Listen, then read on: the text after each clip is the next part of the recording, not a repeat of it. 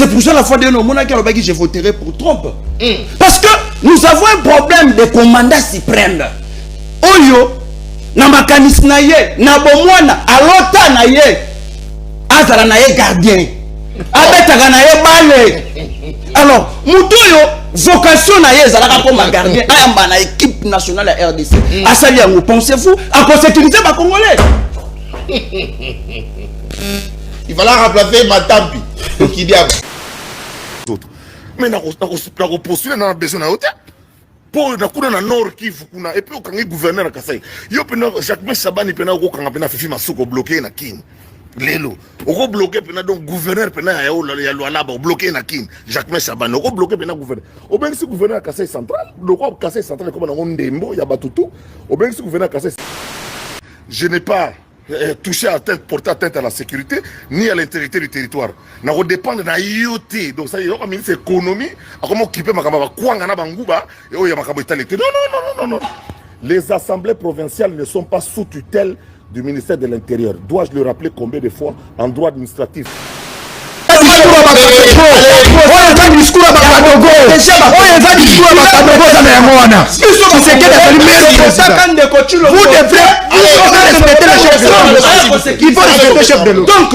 moi j'appelle au peuple congolais.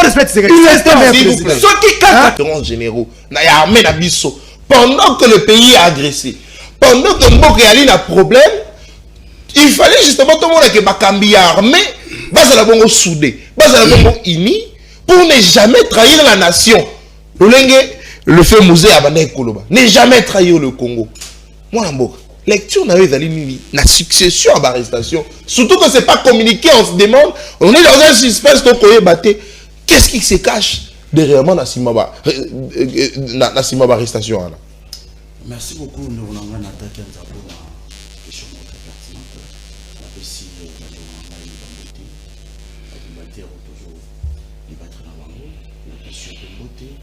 la PSI va nous la diaspora qui et avant la question aussi à la question biscuit de dénonciation parce que avant l'heure bana ya mafola ba benga ikungai bana ya quartier plateau de Mandela konima pele Tchad ba benga ingai pour présenter ba mécontentement na bango bana ngai lolenge bato bazali ko gérer particulièrement Daniel Bumba lolenge azali ko posa na bana ya commune ya Mongafula précisément ya bana quartier Tchad bandi ko na bazali na problème ya mai bazali na problème ya nzela bazali na problème ya ba érosion bakomela Daniel Bumba plusieurs fois d'abord pour na kosenga ye ati kosalela bango nzela FKY PK tout la déjà kotoboka te boy oui c'est ça kotoboka OK mon amour ça fait beaucoup de temps la fois dernière je suis descendu sur le lien pour n'atteindre la condition ya banzela mayabiso biminga et c'était une façon yako tuna Daniel Bumba est-ce que ayebi bana ya Tchad situation bazali ko traverser na pour na balongwa banda bambila pour babimaka kati campus bande ko na sengeli ba débourser 5 000 francs 5 000 francs DGP à Régie des eaux papa salaire d'état mon souko ba $150 azana bana batanga libanda pour abimisa bana misa toto mibale il va commencer à dépenser combien par jour c'est par là nazali ko bisa Daniel Bumba ay babande ko na Tchad bazali ba Rwandais bazali ba Burundais bazali ba Congolais o bafutaka pe bampako donc Daniel Bumba na ko benga na lombango akita nanu a inspecté atala état ya nzela oyo ba Congolais ba Kinois na ba Chinois très bien. Donc ezali na état moko pitoyable. Je demande à la responsabilité aussi yaba Eli na biso yaba Eli ya Mongafula parce que bana Mongafula bazali kolela bazomona inexistence inefficacité ya Eli. Dommage que donc on a quand même moko azo ko se distinguer l'honorable Obé Mukanu mais donc on s'est accéléré et to benga que même akita sur terrain aya komona ba condition de vie oyo bana ya monga fula oyo bavotaka ye lolenge bazali kosouffrir. Très bien, allez, on a la sujet, voilà. C'est tout tardé de Kounate na Marambo Itali ville. Mwana mboka. Totika ya la pongi na surtout ne langa mikolo malili ya makasi Daniel Bumba akope magitoko. Mwana mboka la pluie l'énerve. Nataki Anza, je suis vraiment très stigmatisé ya koyoka marambo ndeko na Antoine Alobaka. Na mitu na marambo Alobaka zwa kango wapi? Alokotaka ngo wapi? Est-ce que santingi nde moto atindaka ye? Ekolo makambo boye. Est-ce que tango kozwa maloba okoki koyebisa ba Congolais appareil yango nini oyo lelo ekomi ko sari banda kozwa ko banda ko capter même bato bana plateau pesa biso kombo appareil yango oko pesa biso kombo appareil wana pourquoi nous retard biloko na nzela. Antoine, je te connais, tu es mais c'est très intelligent, mais il faut arrêter ya ko lokotaka biloko na fulu ko lokotaka biloko na fulu tu ya na plateau et ça dit ko kitisa yo et plus loin azali ko ba Kabila lobaka na yebi ba soda na ngai. Oui, Kabila lobaka yango moi je l'affirme très haut. Kabila ayebi ba soda wana, ayebi ba militaire wana, bazali na ba prouesse, baza très performants. Ils ne sont pas incapables ya ko bouter l'armée rwandaise. Kabila ayebi ba soda wana, ayebi bazali bambolombolo te. Ayebi que ce sont des soldats très bien formés. Mais dommage, les lots sous leadership. Il y a mon amboka Félix Tshisekedi, c'est-à-dire commandant suprême des forces armées. Au moment où l'armée n'est pas performante. N'est pas performante, j'allais dire. Armée wana, et ça dit armée moko, et ça dit naboka cité. Baza performante. Armée wana, il y a pas l'habitendi. Moi pas kunda, et ça dit te. Eh, alors Bogoté. S'il vous plaît. Performance. Bon ma cité. Armée on a pas bundate. C'est pour ça la fois de nos monarques qui je voterai pour Trump. Parce que nous avons un problème de commandant suprême. Oyo na makanis na ye na bomwana alota na ye azala na ye gardien abetaka na ye bale. Alors mutoyo vocation na ye ezalaka comme gardien ayamba na équipe nationale ya RDC. Asali yango pensez-vous à quoi sécuriser ba Congolais? Il va la remplacer Matampi. Donc il dit HPKI. Donc il mon amboka. Neorangai vraiment nazali d'abord très honoré. Namoni Neorangai Arem parce que ça fait beaucoup de temps. C'est un monsieur que j'aime beaucoup. Parce que c'est un frère Tobanda na bango Kombakala. Dommage que namona komo ça va Valère. Parce que d'abord c'est un prostitué politique. Azalaki na kata ACP, na kata société congolais perdu. C'est un prostitué politique. On a bengana qui babonaki ke ba mission ba pesa qui azali ko sala ngote et lelo chose grave na intelligence na mayele ndeko nanga za nango lelo akini mbula akeko ko na kati ebale akeko défendre moto ko défendre te Constant Mutamba et chose grave azali ko benga la jeunesse congolaise babima na libanda ba accompagner moto bazali ko accuser na moyibi ya moyibi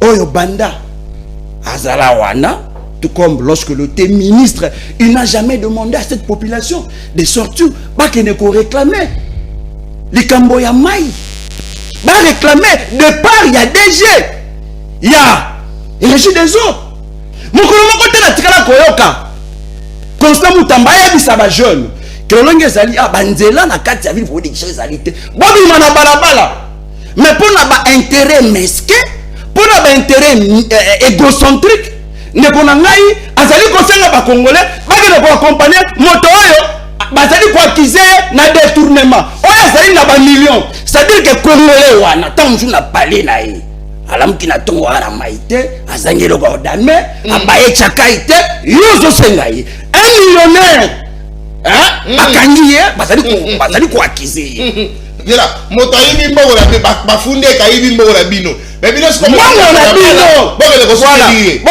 on soutenir moto à sali bino mabe. Oyo a chubili no bambeli. Nous sommes plus wana. Machin constamment. C'est quoi ça mon frère? Et chose grave, il dit des choses ici avec contradiction. Il a parlé de la légitimité, de la légalité. Oui, c'est une bonne chose. C'est une bonne chose. Alors, il sera la première personne. Si tu sais qu'il dit violer la Constitution. Mais tu sais qu'il a violé la Constitution plusieurs fois. Merci. D'abord en 2023, il a violé la Constitution. Vous avez organisé des élections en violant les lois de la République. Plusieurs lois de la République. Pour violer Yango. Tu sais qu'il n'a jamais été un président légitime. Il n'a jamais été. Vraiment, c'est répugnant. Et plus loin. Et là, vous allez attirer attention à Ngaï. Bisika na kosenga ba Congolais balamuka. Soki Tshisekedi a chabiso na kisi balamuka. Ndeko na ngai alobi nini? Chabiso na kisi. Soka chabiso na kisi alamuka. La bandela na wana. Olobi ba Congolais. Na sengi bandeko na nga ba Congolais. Soki Tshisekedi a chabango. Na se ya kisi, na se ya kuti, na se ya distraction balamuka. Parce que makambo ndeko na nga alobi c'est grave. Alobi le président de la République ne contrôle presque rien. Mais est-ce que vous devez contrôler nos côtés? Pourquoi tu as dit que ma territoire est belé, les lots déjà sont occupés. Nous qu'est-ce qu'il y a bateau on a barré au sabi sur ma province nous sur la carte Congo. Moto a dit qu'on lala, moto a dit qu'on contrôlait. Le président de la République c'est une institution, la première institution de la République. Tu as motié les bisous moto mokona, à ce faire le côté, à ce qu'on contrôle le côté, à ce qu'on ça réforme au côté. Pour avoir possession, il y a qu'à contrôler. Merci. Nous avons dit que chiter pour la makambo. Il y a quelque chose où tu continues. C'est répugnant parce que makambo ils allaient continuer. En 2022, il y a eu un monsieur qui s'appelait Bakizaka et Pekaka pour la makambo, il y a la sûreté, il y a la coup d'État, parce que nous sommes sur WhatsApp, parce que Azalaki en connivence. Et en 2023 aussi, il y a eu un monsieur Bisselele. Toujours dans la même optique. Les gens sous Mokonza Mboka, basali koko saye. Donc, si tu as un tongo, bah, si fati, n'est-ce pas maman mata na posa boma, ya sa beaucoup d'état. Oh, non, c'est la vérité. Non, mon collègue Zali. Parce que Mokonza Mboka, Bakoko sa Mokonza Mboka. Les chefs de l'État, Otikali Nangonga Moke, tu commis na 76e minute, les chefs de l'État. Tu es notre président. Je l'accepte. Je vous demande de se concentrer. Na mwata oyotika ili nango mokonza mboka. Bako sayote. Se concentrer au peuple congolais, le peuple d'abord. Bito toko zela yote na makambo bandoko bako loba. Balobi awa Kabila, tout Kabila, c'est Kabila. En fait, je voulais savoir pour le peuple ça va congomani, mai, faut Kabila. Aïe bisabido. Pour le peuple congolais, banzela, faut Kabila nde aïe bisa Tshisekedi peut ça. Ba congolais, nzela. Pour le tomber à Rwanda, il faut la Kabila le banabino. Non, aujourd'hui vous êtes seul. Merci. Président de la République, et ça l'a assuré par mon amboka. C'est Tshisekedi de l'UDPS. Premier ministre de l'UDPS, ministre intérieur, l'UDPS, ministre de défense, l'UDPS, ministre des finances, l'UDPS. Mais comment vous allez concocter? Merci beaucoup. Allez, deuxième prise de parole vite fait. Peut-être si c'est mission 4 minutes chacun. 2 minutes, on répond à la question, 2 minutes au conclure. Enfin, 1 minute au conclure, 1 minute au salut toilettage. Pour être aussi des émissions, on a mis sur la lombango 4 minutes. Mon amour carême dans un ngamboyo, on note belé, mais il y a beaucoup s'organiser question. Il y a quoi beaucoup pour aussi sa émission dans lombango. Lecture na yo ezali ni lelo, mais yo ko le Canada. Tout le monde boulot ça. On a conseil spécial, il y a Donald Trump. Tout le monde ministre intérieur, il y a Rwanda Azali. Ministre intérieur, courage. Continuez bon mon amour.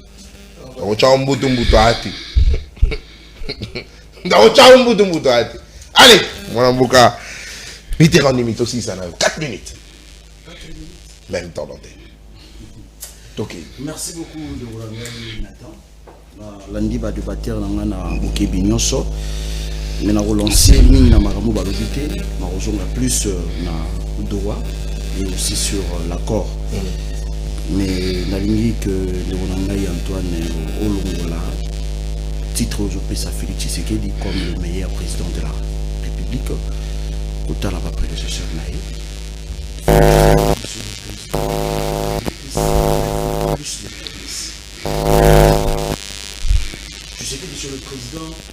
basali plus ma voyage et tu connais quoi porter l'autre.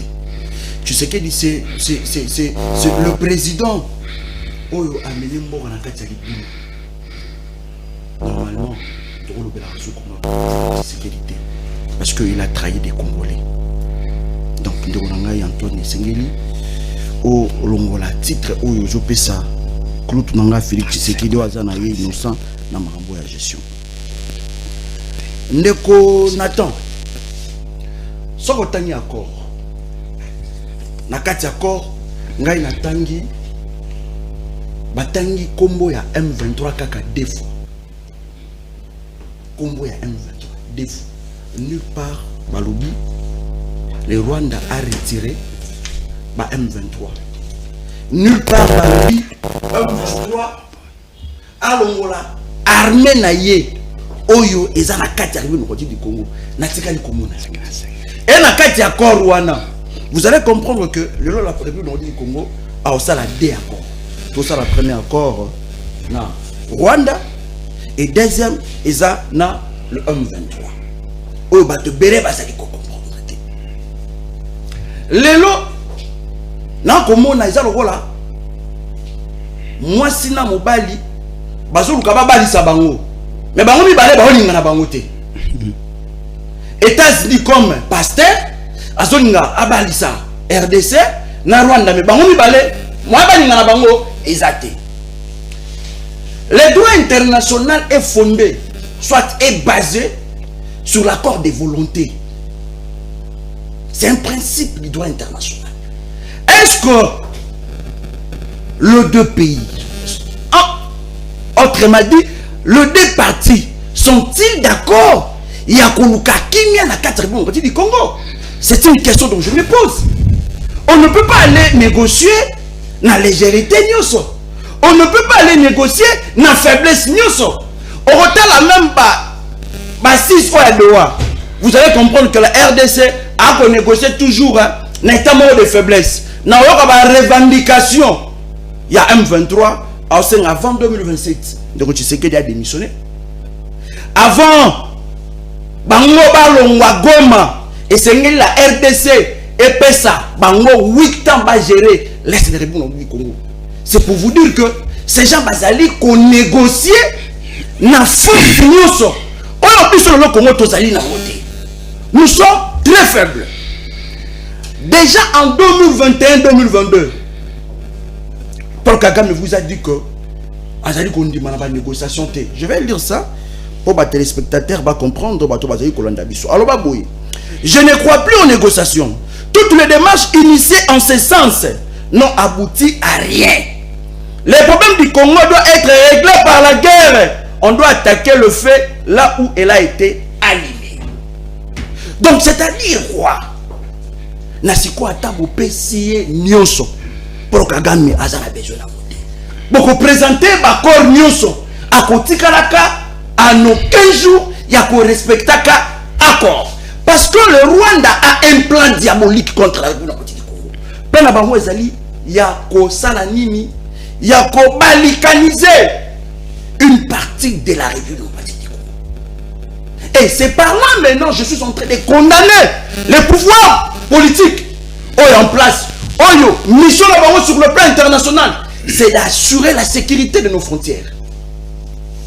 Les pouvoirs en place, basali incapable, il y a qu'à assurer la sécurité de la population, la sécurité de nos frontières, de nos biens. Le pouvoir politique a tellement échoué et aujourd'hui Ndeko Félix Tshisekedi alors que nga awa Ndeko Tshilombo na nga yuma babeta na bango nga epa Paul Kagame cette fois-ci na moni na ko kasusu te Kagame na moni moya na bakor mais Kagame azana plan mususu aujourd'hui Ndeko Nathan partout M23 c'est dit occupé et ça même plus grande que Yamboka ya Rwanda. Aujourd'hui, le M23, c'est-à-dire qu'on occupait 33 000 km². Et Bazali n'a intention, il y a qu'on cesser les fêter. Bazali n'a intention, il y a qu'on avancer pour Basalanini, Babetali Congo. Moi, c'est par là, je suis en train de demander. Non, le monsieur le prométhazine moto asala biso plus ba promesse alors baka partir à Goma to toucher Kigali to banayi ko zela ndeko Chilombo wana mais ndeko Chilombo nous a dessus ndeko Chilombo a l'élisi même papa na ye ndeko Chilombo a humilié papa na ye lelo la République du Congo et qui ko négocier na pays oyo biso tozali na capacité ya ko frapper mais fait c'est que le loi comme ici armée na biso armée faible très faible une armée impuissante parce que la diplomatie aussi c'est une force Merci. On ne peut pas aller négocier na état bon la faiblesse ni ko na ngala donc pendant qu'on a congolais bon compter sur Félix Tshisekedi parce que nous avons déjà un bango. Tshisekedi ne contrôle rien. C'est notre responsabilité. Biso ba Congomani. Totelema. Tobengana ndeko Félix Antoine Chilombo. Ola azali impuissant. Azali incapable. Na 2024. Na 2024. Au discours à Bakadogo, monsieur.